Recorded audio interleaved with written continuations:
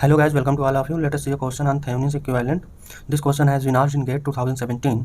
In this question, the circuit is given and Thevenin's equivalent resistance across P and Q has been asked.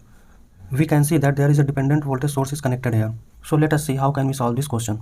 This is the given circuit to us. As a dependent source is connected in the circuit, so we will apply test method to find out the Thevenin's resistance of the circuit.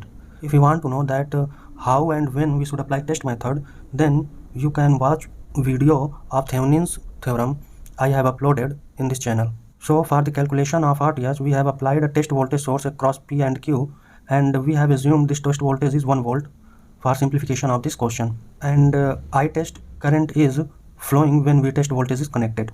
So RTH can be written as V test upon I test. As we have assumed V test is equal to 1 volt, so RTH will be equal to 1 upon I test.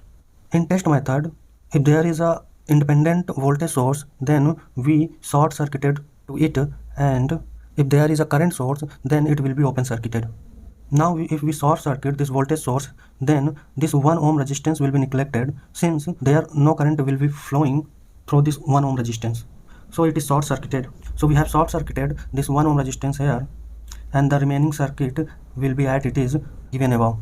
If we apply KVL in this loop, then we can find out that plus 3I0 minus I0 into 1 minus I0 minus I test current is flowing this 1 ohm resistance. Since I0 current is flowing here and I test current is returning toward this 1 volt source, so in this direction I0 minus I test current will flow.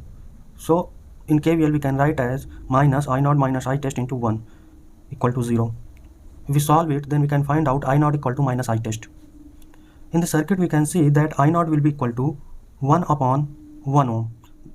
This 1 volt source will be applicable to this 1 ohm resistance. So here I0 will be equal to 1 ampere. If we put this I0 value here, then we can find out I test is equal to minus 1 ampere. As we know RTH is equal to 1 upon I test, so we put here I test value, then we find out RTH is equal to minus 1 ohm. So this minus 1 ohm is our answer. So if there a dependent voltage source is connected in the question, we can solve this question by using test method as we have applied in this question.